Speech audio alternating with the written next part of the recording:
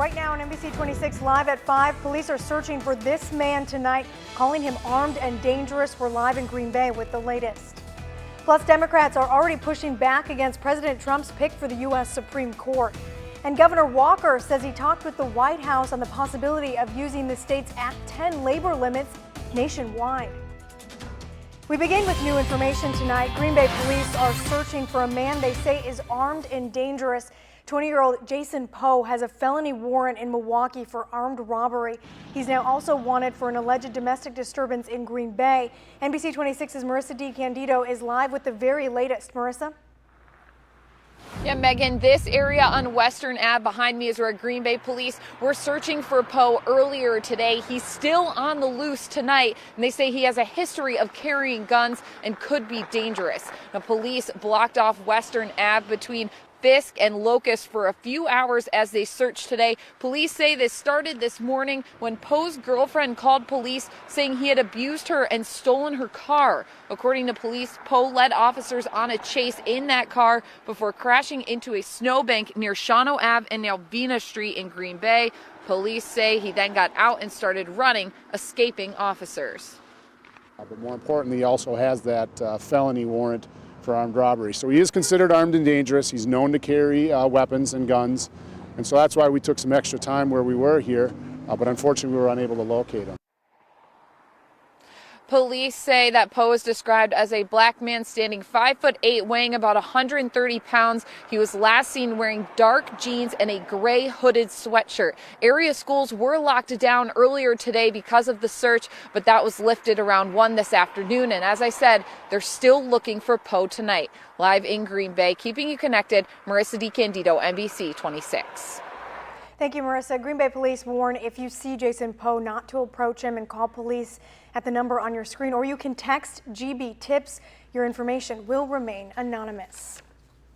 Happening now, President Trump's Supreme Court nominee made the rounds on Capitol Hill today. Confirmation hearings for Judge Neil Gorsuch are still over a month away, but Democrats are already pushing back. Tracy Potts has more from the Supreme Court. Judge Neil Gorsuch, President Trump's Supreme Court nominee, returned to the Senate today, a decade after being unanimously confirmed to the Federal Appeals Court. This time might not be so easy. He's moving from AAA ball to the big leagues here. President Obama's nominee never even got a hearing. That's still a sore spot with Democrats. We've got to recover from it. We've got to go on. Let's give the man a chance. Talk to him.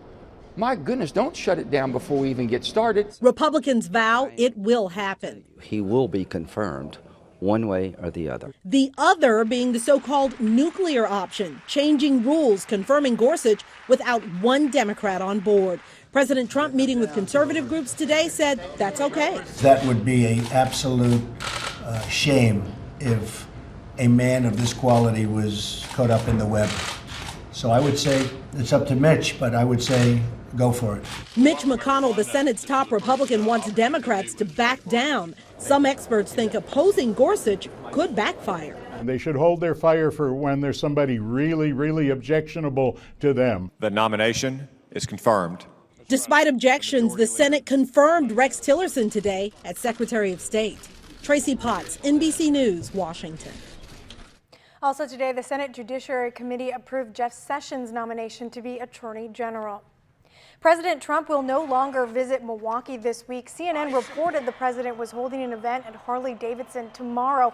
However, Harley officials told our sister station in Milwaukee there was never a visit scheduled.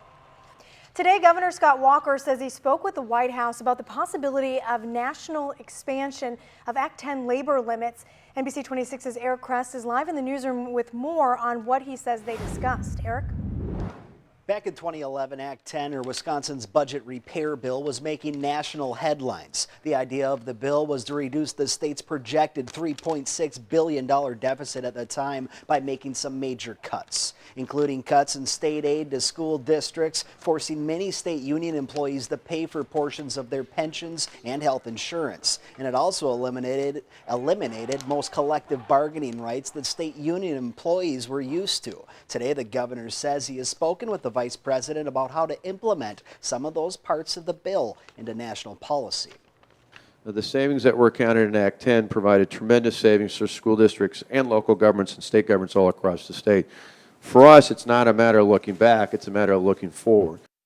Now, Governor Walker says he and Vice President Mike Pence had the discussion last Friday during his visit to Washington. Keeping you connected, I'm Eric Krest with NBC 26. Thanks, Eric. State Senate Democratic leader Jennifer Schilling reacted to the news tonight, tweeting, quote, "Wisconsin has trailed the nation in jobs every single quarter since Governor Walker signed Act 10. It's been a recipe for disaster. Why replicate?" End quote. Well, let's turn now to get a check at your first forecast. Cameron Moreland joins us now. Cameron, the snow has moved out and the cold is moving in. Yeah, the coldest weather in 3 weeks, Megan, if you can believe that. Temperatures right now falling through the teens across central and northern Wisconsin, and that temperature will continue to drop pretty quickly as we head through the evening. 15 degrees by 7 o'clock, 12 by 9, 10 by 11. But of course, we've got gusty winds out there, and that means wind chills will be dropping below zero. Megan? Well, a crash in Manitowoc County sends a Reedsville man to the hospital. Deputies say a tractor trailer slammed into a bucket vehicle as it was trying to turn off County Highway T. The driver was flown to the hospital with serious injuries. Firefighters from all over Wisconsin are voicing their safety concerns after the state proposed to stop the expansion of devices they say will prevent electrical fires. NBC 26's Mo Hyder was at a public hearing today at the Fox Valley Technical College and joins us with reaction from both sides. Mo? Megan, the state is proposing to stop the requirement to have circuit interrupters that can prevent fires in new home builds. Another part of the state's proposal was to trigger for sprinkler systems to be installed in buildings to go from 3 units to 21 units. But fire officials say that's a recipe for a disaster and a safety issue. Almost all construction is called lightweight construction, and it's not a firefighter's friend. It's something that we have to be on guard against. It's something we have to be careful not to put people in the building too long after it's been on fire, because bad things can happen to them. Members of the Wisconsin Builders Association say new homes are already safe, and adding safety devices could turn away potential buyers. For every $1,000 in the state of Wisconsin that you increase the cost of a single-family home, you will price 3,820 families out of being able to afford that home. The prevention devices can add a few $100s depending on the size of a building.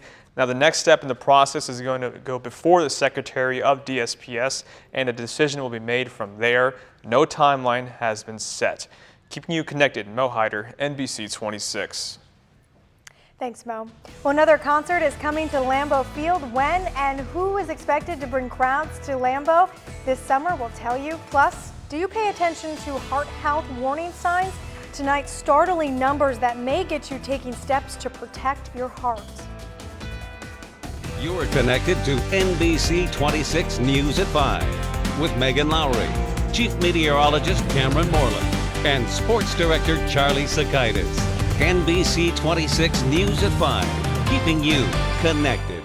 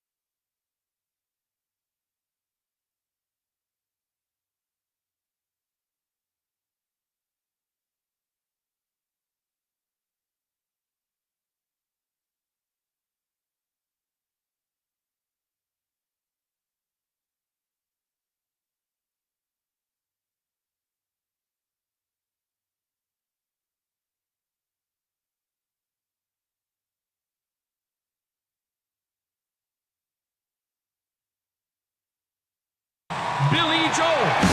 I've seen the lights go out on Broadway. Billy Joel is set to take center stage at Lambeau Field this summer. The Packers announced he'll perform June 17th in the third concert at Lambeau. Tickets go on sale next week, Friday. And now, your Storm Shield forecast with NBC 26 Chief Meteorologist Cameron Moreland. We just wrapped up a January in which we had 10 days with low temperatures at or above 32 degrees. That is the most on record. Now, as we head through the next 7 days, I don't have any days with low temperatures at or above 32 degrees. In fact, most days we will see highs below 32 degrees, especially tomorrow and Friday. Highs will only be in the mid to upper teens as once again the coldest weather in 3 weeks makes its way into northeast Wisconsin. If we can look, there we go. All right, 16 degrees in Watoma.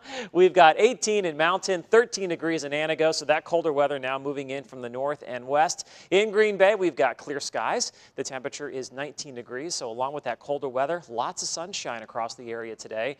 It is 19 degrees in Appleton, and it's windy. So wind chills are making it feel much colder out there. It feels like 4 in Fond du Lac, and it already feels like 0 in Antigo. And those wind chills will continue to drop off as we head through the evening hours. Now, earlier today, we did have a few clouds mixing with the sunshine and a couple of flurries as well, but now skies are clearing out across the central and northern part of the state behind a cold front, which is now quickly moving off towards the south and east. And behind that cold front today, much colder weather compared to what we've been seeing. We actually had daytime highs in the mid to upper 20s earlier this afternoon, but off to the north and west, highs were only in the single digits and teens, and that's the colder weather that'll overspread northeast Wisconsin tomorrow. Now, high temperatures have been above normal for the last 19 days, but tomorrow will not be day number 20.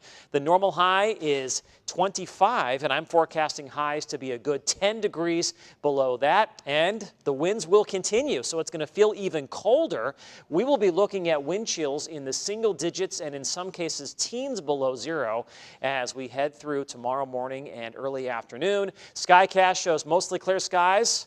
For the nighttime hours, we'll see mostly sunny skies as we move into tomorrow. As high pressure builds in from the north, we can expect a lot of sunshine on Friday as well. And then as we move into the weekend, it looks like another Alberta Clipper will approach from the north and west. And once again, it looks like this system will produce accumulating snow across the area Saturday evening into Sunday morning. So your forecast for tonight calls for breezy and much colder weather. Overnight lows will be in the single digits. Wind chills will be below 0. Tomorrow, sunny, windy, and cold. Look for a high right around 15 degrees. That is my 3-degree guarantee for tomorrow. If I can hit that high within 3 degrees, we will donate $100 to Double Portion, and we did that today. I forecast 28, and the actual high temperature was 28 degrees. On Friday, look for lots of sunshine once again. Mid to upper teens. That Alberta Clipper moves through Saturday evening into Sunday morning with some snow. We'll fine-tune exactly how much we're going to get as we approach the system, but right now it looks like we're going to have enough to shovel. After that system moves through, highs will be in the lower 30s on Sunday, and then a much bigger system rolls through Monday night, Tuesday, and Wednesday of next week, and that's a system we're going to have to keep a close eye on. We're also keeping a close eye on Puxatawny and Jimmy. Yeah, tomorrow is the day we find out if spring is here or if we have 6 more weeks of winter, Megan. I feel like here in Wisconsin, we always have 6 weeks more of winter, regardless of what the groundhog says. It's more like, do we have 12 more weeks of winter? Exactly. That's the question we should be asking here in Wisconsin. But it's still fun to watch. It is, and we'll find out tomorrow. All right, thanks, Cameron. Now let's take a look at what you're going to see tonight at 6 o'clock. Stacey Robertson is in the newsroom with what we're working on. Stacey. Well, Megan, we have new information on what allegedly led up to a 5-hour standoff last month in Fond du Lac. What court records reveal about a reported violent fight between a man and his pregnant girlfriend. Plus, Governor Walker unveils a plan he says will dramatically help the state's rural schools. Details on the budget proposal and how it could affect you and your children. That's tonight on NBC 26 Live at 6. We'll see you then. Still ahead at 5, Muslim leaders in the Fox Valley are hoping to spread a positive message about their faith. We'll show you how they're joining a worldwide movement.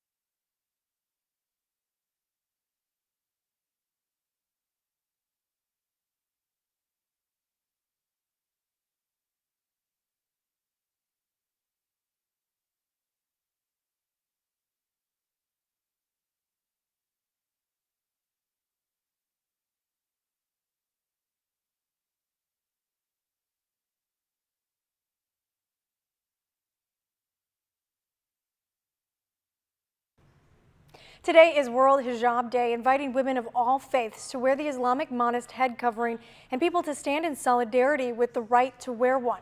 Events promoting this understanding taking place throughout the Fox Valley tonight. NBC 26's Billy Wagnes is live in Neenah, where one event just wrapped up. Billy? Megan, here at the First United Methodist Church, a few dozen women of varied faiths, all donning the head covering known as the hijab, and they're joined by a smaller group of men, and they're all engaged in conversation. The topics ranging from the hijab's history and how it's viewed within different Muslim communities to public prayer. Esther, the interfaith social justice organization, helped organize tonight's event, and organizers say they feel members of our region's Muslim community are often overlooked, even discriminated against, and tonight is an effort to break those barriers. It's one way we can say, yes, we are all in this together. And our friends and our neighbors will see that and say, yes, we are all in this together. They are a part of our community. Now, this event made all the more topical by President Trump's executive action, signing into effect a temporary travel restriction for 7 predominantly Muslim countries. Organizers say tonight's event was planned well before that temporary travel restriction was put in place, which they say was poorly executed and troubling. Reporting live in Neenah, keeping you connected, Billy Wagnes, NBC 26. Thanks, Billy. The White House press corps can now hear from some new and faraway voices during their daily press briefings. The Trump administration announcing the use of Skype to take questions from non-Beltway journalists. 4 journalists will participate in the press briefing using a video chat service. Well, Wisconsin cow is getting a top honor. What she did to move her way into the record books. You're watching NBC 26 live at 5.